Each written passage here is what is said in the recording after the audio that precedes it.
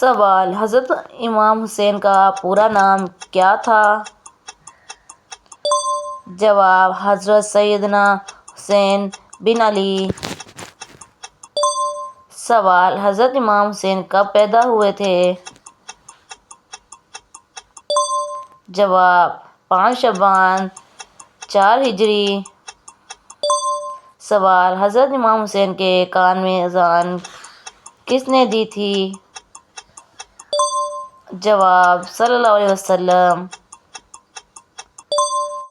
سوال: حضرت امام حسین کے والد محترم کا نام کیا تھا؟ جواب: حضرت فاطمہ زہرا۔